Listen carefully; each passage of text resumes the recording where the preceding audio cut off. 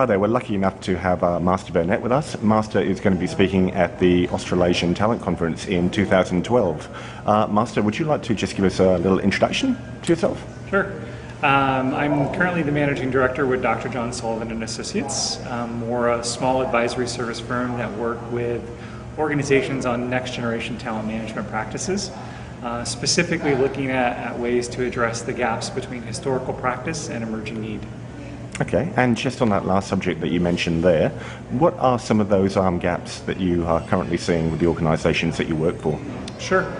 Some of the key trends right now are, as organizations have gotten more and more shallow and more compressed, there's a lack of developmental opportunity for employees in the organization.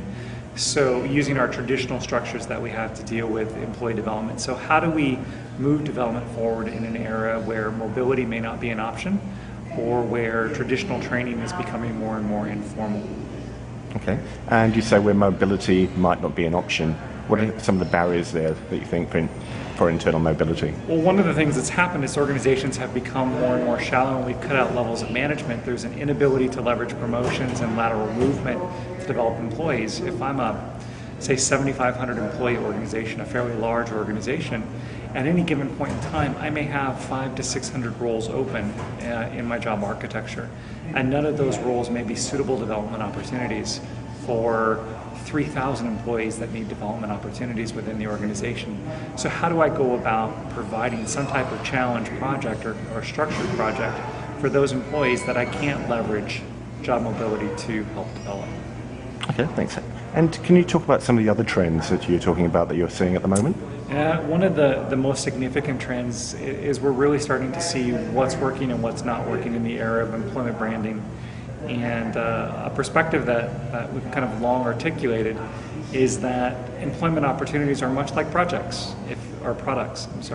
If you're not managing them like products, much like a product manager would in a product organization, using market research to identify what is attractive to the population you're trying to sell that opportunity to, measuring whether or not your product meets those satisfaction standards, whether or not it's delivering on those product promises, then you're not going to deliver a product that drives for long-term engagement or effective success. Okay. And we talked earlier on offline about the EVP, and you had some very distinct views about the employer value proposition. I'd just like you to talk about those again. Sure.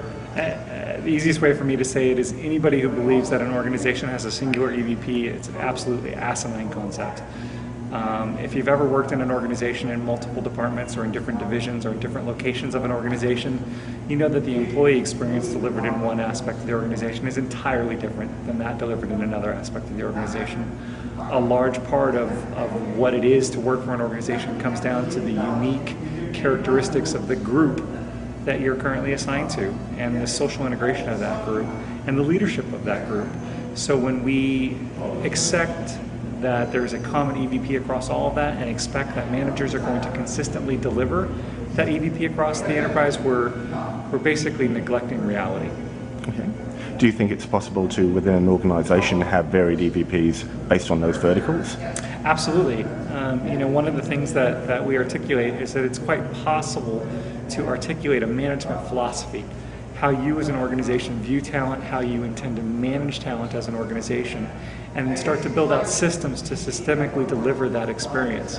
But that's what most organizations don't do. They focus on tactical deliveries, benefits, surface level benefits, surface level systems that don't get down into how actual individual line managers act within the organization. And if we can get to a point where we start to systematize management practice, then we get to an area where we can deliver a consistent experience in a division or in a unit, but most certainly not across the entire enterprise. Thank you very much for your time, Master. Appreciate you speaking to us, and look forward to seeing you at the Australasian Talent Conference in 2012. Great, thank you.